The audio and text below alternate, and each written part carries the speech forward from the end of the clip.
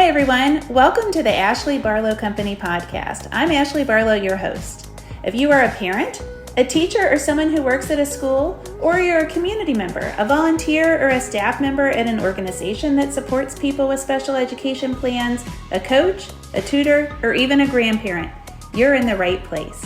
Sit back with an ice cold glass of lemonade, put on your walking shoes and grab some headphones, roll down the windows and cruise. Ready, set, go. Educate, advocate, collaborate. Hi. I'm so happy to welcome you to the Special Education and Advocacy podcast. You guys met April through the podcast and social media channels, and April sent me this wonderful email and said, I would like to speak at your conference. And so here we are. We've got April, a student of the ABC course, and a big time, important, exciting, involved, engaged advocate. April, why don't you introduce yourself to my audience? Well, hi, everybody. I'm so glad to be here. Thank you so much for interviewing me, Ashley. So yes, my name is April Rarig, and my hometown is Los Angeles, California.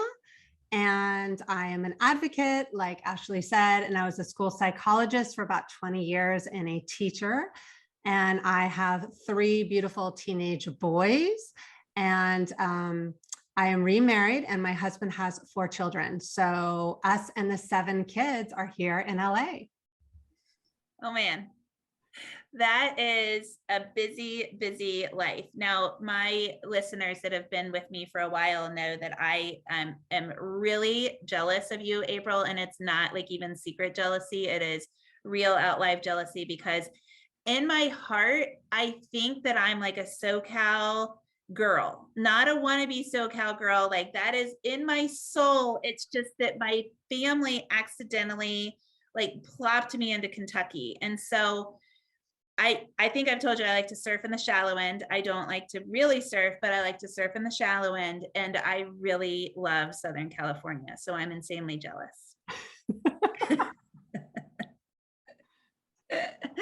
So we're going to make it happen. I'm coming out there and I'm going to visit you.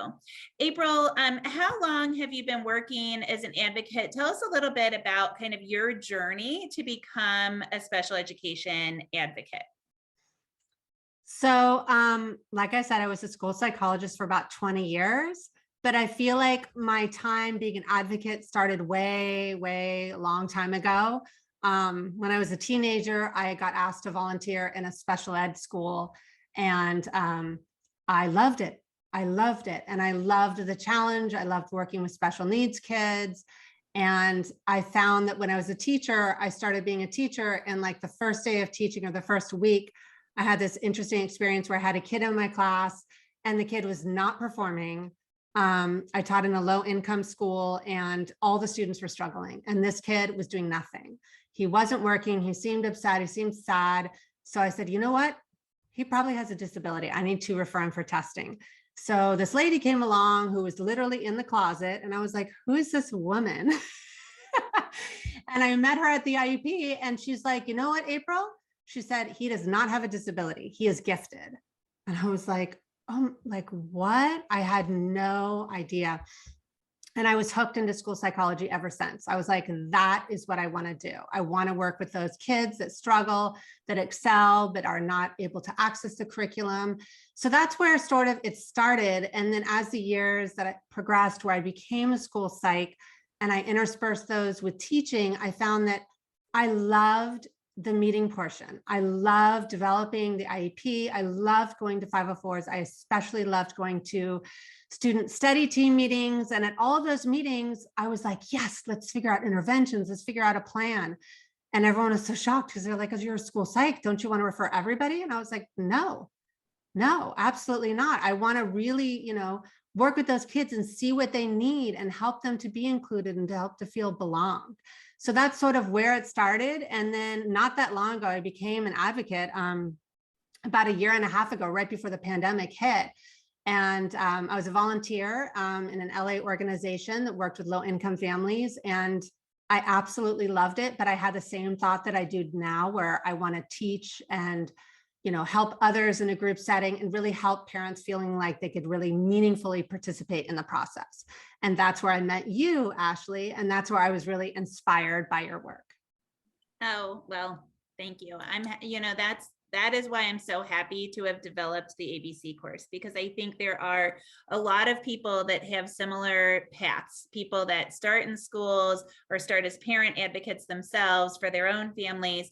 And in your case, both apply. And then they take this journey or an exploration into advocacy for other people. And in your case, you did something that I recommend to people all the time, which is get involved in some kind of volunteer or less significantly involved opportunity to advocate, whether that's through an organization or it's as a parent advocate, or I love how you did it with children that were lower income that needed advocacy from a different perspective. But then, always, always, always, you have to dial back and get the real content, get the good information on A, how to advocate, B, how to run a business, and then also C, the actual content, the actual concepts of special education and the laws and the rules that surround that. So you did it the way that I would have prescribed. And time again, I was seeing people come to me saying, hey, I think I want to be an advocate. Where do I get started? And so finally I said, well, how about if I make something for you? So we were happy to have you in the ABC community, and I'm always happy when you weigh in on a topic of conversation over in our conversation portal, because your wisdom from so many different aspects of the table, so many different roles that you've played at the IEP table are important. So my next question is, what do you love about this advocacy job? What are the high points of your job as a special education advocate? I feel like the high points are helping parents understand that they can really be meaningful participants at the table. So many families I've worked with, whether they've had a settlement agreement or they've gone the due process route or they're frustrated and angry, and I've gone through the same things myself, they find out a bit of information. Hey, you can do a parent input statement. Hey, you can ask for a draft IEP. You can ask for a draft 504. You can ask for a report before, or you can ask, hey, can we have a meeting? I'd really like to have an IEP. My kid is struggling. And the parents hearing that information is like, oh my gosh, if I would have known that, I wouldn't have had to pay my attorney thousands of dollars. I wouldn't have had to file for due process. And just knowing that information, the parents light up. It eases the stress on the shoulders, and really help parents feel like, you know what, I can be part of this team. I'm not just like receiving the IEP. I'm part of the team. I can give my input. And then it also helps all the other team members too, teachers, psychologists. So I think people understanding that there's more information out there, and then really understanding that people can work together on the team and help resolve differences, and that negotiation, like you said in your ABC course, is not necessarily a bad thing, and that working through that can really help ultimately the kids access the curriculum, which is the whole thing we want in the first place. Yeah, that's what I love too. And I love it when I walk home. In fact, my husband now says it to me because I probably solicited the compliment enough. But when I finish a meeting, close my computer or shut my car door and feel like I made a difference for those parents, and that the parents are that I modeled for the parents behavior and advocacy styles that they can then emulate in future advocacy, I walk in the door and say, I'm good at my job. I know that I made a difference, and that is so rewarding in and of itself. That is far more rewarding to me than the paycheck that's associated with it, knowing that you're giving people the skills to improve their children's education, which is something that I personally value very significantly, is really, really rewarding. So you and I align on that very much. And I think a lot of people can identify with that, particularly people that go to school to be teachers, right? Because that's what we want to do. So April, kind of along those lines, if people, and we're going to talk about school psych topics, that's really why you're here. But because there are people out there that oftentimes ask, I'm sure they're asking you, they ask me all the time, how do I get started as a special education advocate? Do you have any suggestions for people? Well, your course, the ABC course, was awesome. And I was very inspired by it. And I absolutely loved it. And what I love about your course and the other course I'll talk about in a second is that it focuses on the meeting negotiations. It focuses on giving parents wins. It also focuses on tools and strategies to help everybody at the table. And so I also took COPA's SEAT 2 and 3 course, and those were really awesome because they gave you a lot of legal strategies. It gave me a lot of background information, but the heart and the soul of my advocacy, the program, was through NSEAI, the National Special Education Advocacy Institute. And what I love about Marie and MJ and their program is that it worked on what are the tools that parents need? What can we do at the table? It worked on the whole child, not just what is the legal background, but where do we go from there? What do we do in order to help with the inclusion, help with the sense of belonging? And I really felt like it gave me a wide range of toolkits and knowledge, and it was individualized. So I was lucky that I got to do your program, the NSEAI, and the COPA, because I felt like, you know, all 3 of those were helpful, but I definitely wouldn't recommend all 3 to everybody. Well, it's funny, you kept going and kept going and kept going. And what I notice is that so many of my students have our personality, because I have your personality too. I was talking to Rachel, my tech and marketing guru, about this today. Like, there are so many of us, and there's people that have been on calls between, you know, with you and me together, April, that fall into this category of like, I want more, I want to keep learning, I want to keep doing. I'll tell you this funny story. Ohio contacted me and said, hey, you don't have your continuing ed hours in. And I like laughed out loud, because every year I take at least 80 hours of continuing ed, because I go to 2 40-hour conferences. And then I usually present at a couple conferences that are multi-day conferences. And if there's something that just comes across my desk and it's a 3-hour webinar, I'm like, oh, sure, I'll do that. And I'll fold laundry while I do that. I love continuing ed. I have adult onset ADD or ADHD, or more probably appropriately, adult diagnosed ADHD that's been inside this body my entire life. And I'm an Aries, so I just don't get stuff done. I take the courses, I just never turn into the paperwork. So Ohio people, it's coming, it's on its way. But truly, you know, those kind of deep dives are, I think, kind of attendant secondary to our personalities. But I will second what you said about, I'm like writing down the acronym that you gave me, because I'm like, oh, maybe I want to take that course.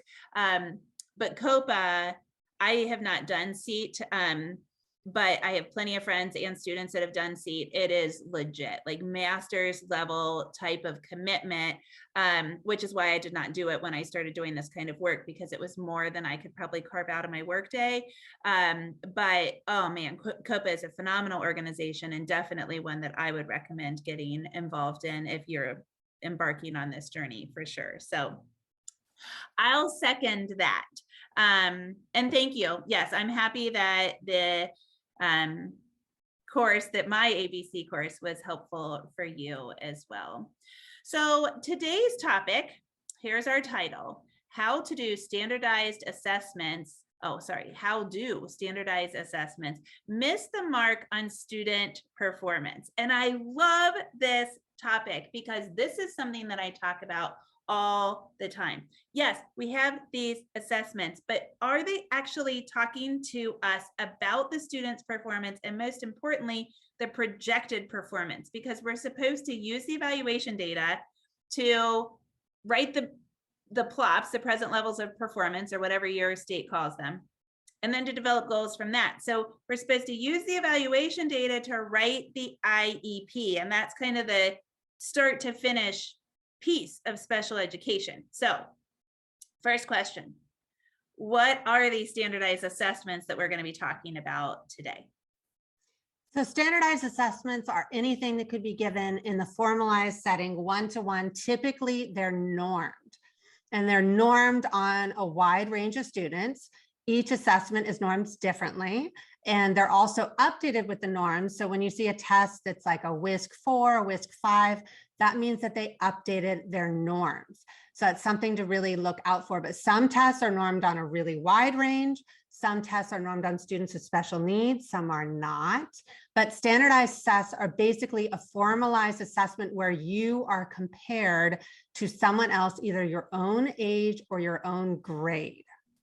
And so we've got this like ginormous group of people that they've tested, and then they've decided here's the first percentile and the second percentile, and here's how the average kids do, and that sort of thing. Yeah, so we're talking statistics. Now, April, I loved what you said about school psych. And I always say if I had to do it ever again, I would be an OT, because similar to what you said, I like to geek out about what's going on in the brain and the like processing of the child in order to then come up with solutions to whatever deficits we're looking at. But I agree with you entirely that that's also what a good school psych does. A good school psych is looking in collaboration with other professionals at what are the deficits, what are the relative strengths and objective strengths, and how can we take that entire profile and create, in the case of special education, specially designed instruction to help the child make progress on articulated goals. And so I'm excited to kind of geek out with you about, about this topic, which then kind of begs the question. So we know what normed tests are. What are we calling student performance? How can we define student performance? So student performance, or what I like to call functional performance, it's much more about application. So it could be something like a criterion related test. It could be like, what is the mastery of a topic or a goal? Or it could be test the teacher. Like when I was a teacher, every grade level, we would be assessing how they would be doing. So when we would do the report card grades, we would say, okay, did they meet that mark?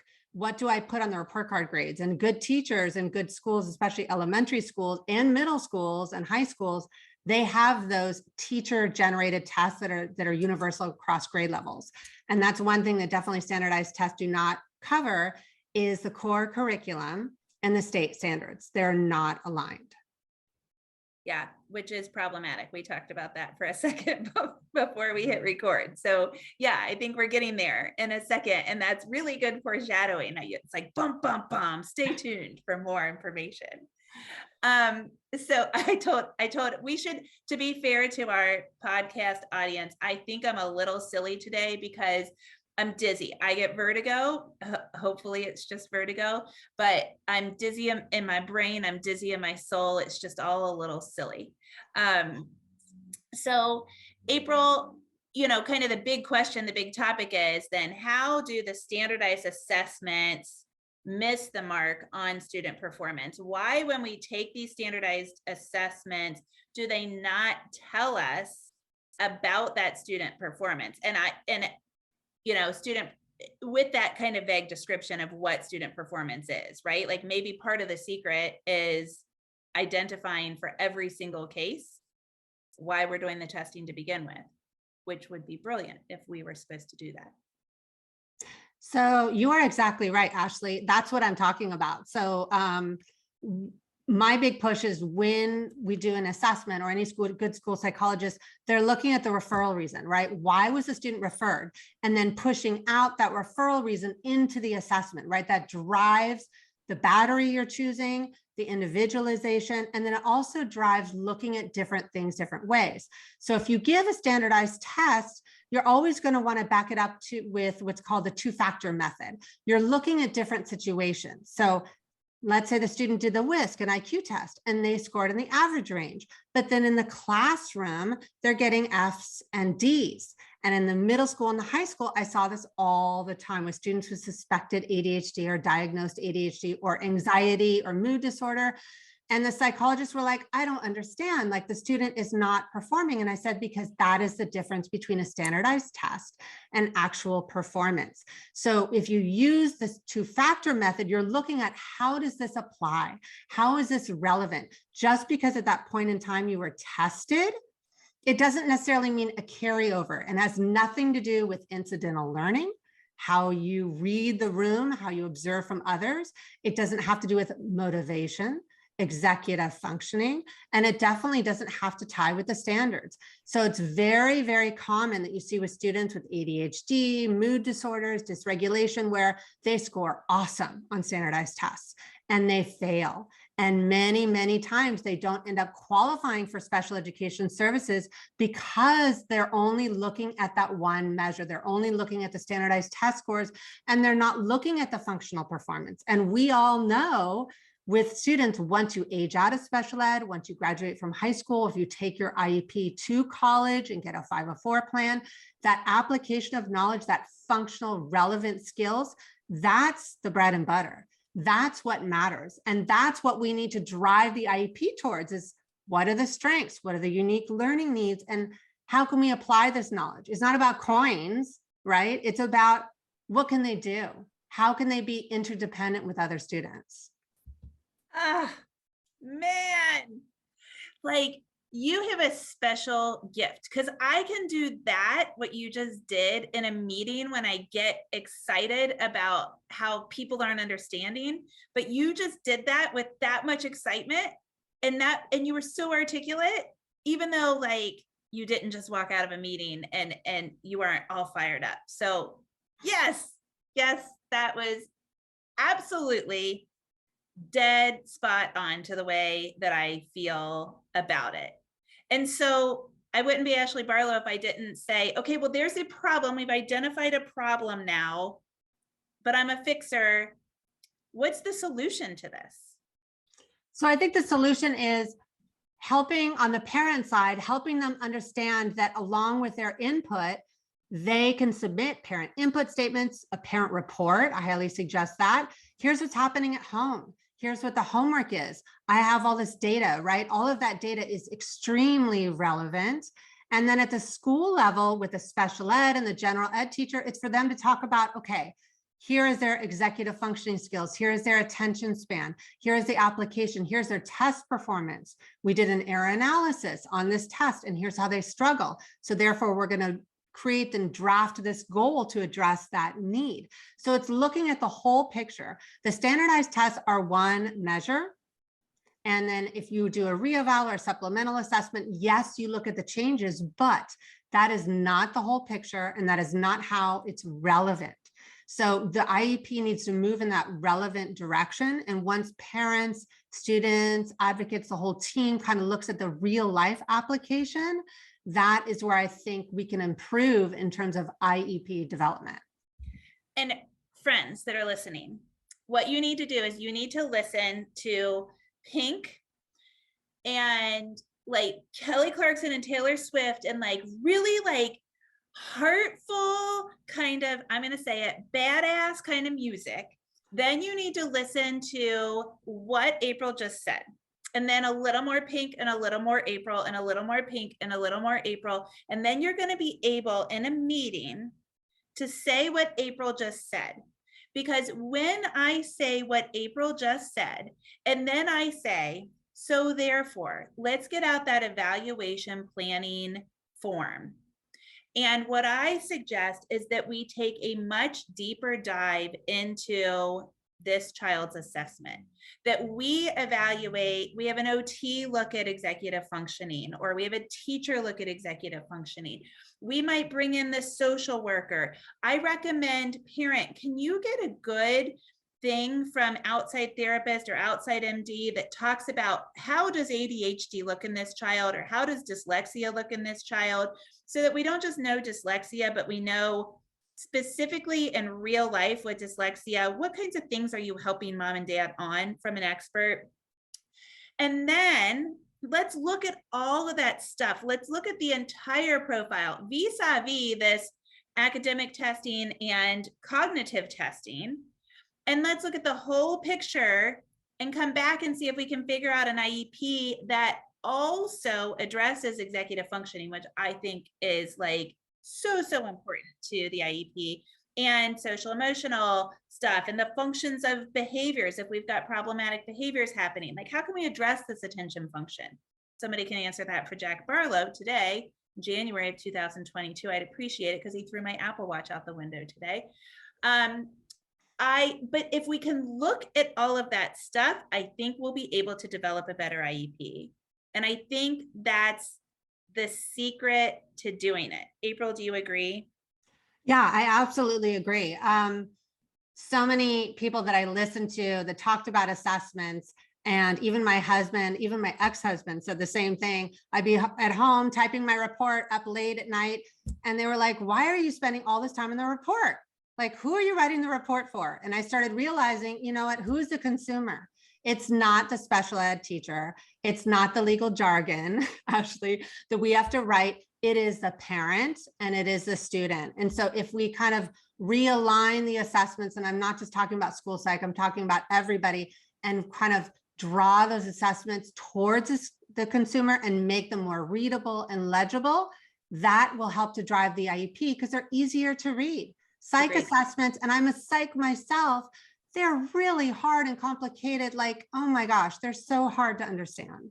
Yeah, that's a very good point. I really appreciate that. And I mean, you know, you and I feel passionately about it, but I think it says something. I know nothing about your family law history, but I think it says something when a wife, a former husband, and a second husband can all agree on the same thing as it applies to a fairly conflictual matter. So the proof's in the pudding right there, April. That's a good endorsement. So April, another question, and I think, you know, I would be abandoning my Down syndrome and intellectual developmentally disabled community if I didn't ask this question. Another question is, do we do cognitive testing at all? Cognitive testing of children with intellectual disabilities has been suspected and is now being studied to prove that it's not usually a good indicator of a child's aptitude. So I always explain to my clients that we do cognitive testing, IQ testing, in other words. I'll just go ahead and say it, you know, nothing's perfect around here. The phone is ringing. I forgot to unplug my phone. So we'll just carry on as though everything's normal. So we do cognitive testing to determine what a child's aptitude is. Generally, how are we supposed to be performing? And that's what that full scale score should tell us. Now we get good information on subtests. We get, you know, information about short-term memory or fluid reasoning and those sorts of things. And your report will tell you what all of that means. But if we look at the full scale IQ score, and then we look at academic scores, what we're expecting is that your academic scores will probably fall somewhat in line with what your full scale IQ score is, because that's your aptitude. That's how you should be doing. So if your IQ is 100 and your reading comprehension is 100, then you're probably working at your potential for reading comprehension, which is, in the case of 100, dead average. Little primer on cognitive and academic testing there. But in the IDD communities, what we're suspecting and what the current tests of the tests are showing is that they probably aren't capturing your cognitive aptitude or your ability appropriately. So then, do we do them or do we not do them? And really, what is the risk of doing cognitive testing? I think there's no risk of doing cognitive testing. I value the testing. And I think for every 3-year evaluation, looking at the cognitive testing, or at least reviewing the existing data, is extremely helpful. At the same time, I totally agree with you, Ashley, is that a lot of the cognitive tests miss the mark. So for example, the WISC, some families I worked with as a school psych in the ID community wanted the WISC. And I would remind them, okay, well, the WISC has a lot of psychological processing in there, and it does have 2 aspects of fine motor development. So if you're taking these IQ tests, you need to take that with a grain of salt. So picking a different test like the lighter or the Welsh or nonverbal is going to be much more appropriate. So it's looking at your child's unique needs, understanding their finer gross motor needs, and then also the other aspect that tends to get left out a lot is adaptive daily living skills, or the ADLs. So that needs to be just as important as the IQ testing. And there's a lot of great assessments out there. And then there's some adaptive measures that are kind of, rating scales. So I think looking at the big picture. So I think IQ testing is helpful. But again, like I mentioned before, it is not the whole product. And just because a student scores a 66 does not mean they have an intellectual disability. There's all these other aspects. I worked with so many kids that had aphasia, that had other things, and they were scoring in the 60s and 70s. They graduated from high school. They went on to community college. So it has nothing in terms of what you're able to do. So I think ultimately it's looking at the IQ testing in approximation with other things, and then also having high expectations, assuming the kid can do well. That is the biggest thing that we tend to miss as school psychs. Amen. Amen. I agree with you entirely. And to build on that, it should not drive placement. So your IQ score should not be an indicator of your placement. And yes, many states have a combination of IQ score and adaptive score that then helps to determine disability category, and disability category, unfortunately, is tied to teacher certificate, and teacher certificate, unfortunately, is tied to classroom placement. And that is a shame. That is the case here in Kentucky. And it is something that I, battle often. I always say the arm bone is not connected to the shoulder bone. There are beautiful tendons and muscles and ligaments in the middle. And that is what we're talking about, is the nuance of this particular child. And so IQ scores should not drive placement. And if you are worried that you don't have the advocacy skills or the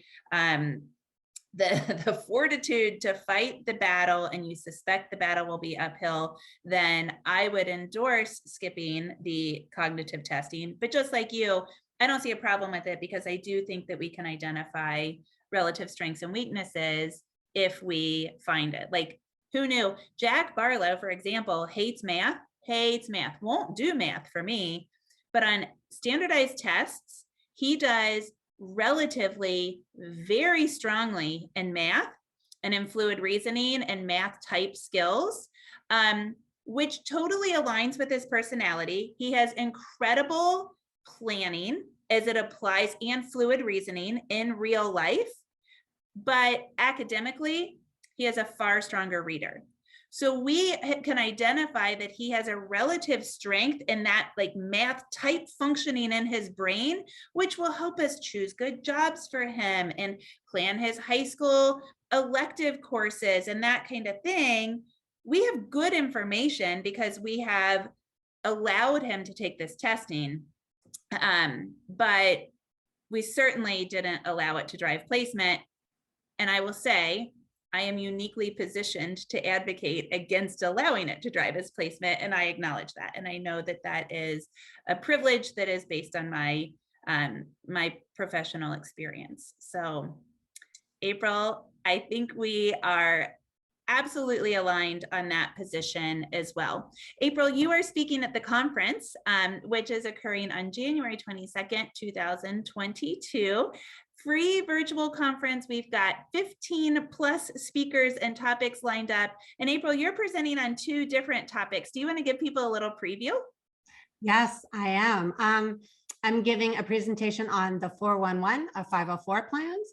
A lot of information that's regarding 504 plans, that myths, truths, actual practical skills, lots of toolkits. And then I'm also presenting on understanding psychoeducational assessments, from referral to recommendations, and kind of going through that process. Oh my gosh, this is, I'm really, really looking forward to your presentations, especially after we've talked today, because I think you and I could like have a hallelujah moment every 2.5 minutes. Tell my community where they can find you, and how they can learn more about the good work that you're doing out in California. So I was mentioning this to Ashley earlier. I am in development of my website, and in my website, once it launches, it's going to be having deep dive content. I'm going to be doing a really in-depth course with 5 modules on psychoeducational reports and reports in general. But at the moment, I don't have a website. So if you would like to shoot me an email, I will put you on my spreadsheet and you will be the first to know when I do launch. So if I could give the listeners my email address. Let's do it. It's pretty easy. It's my name. It's April@aprilrehrig, REHRIG.com.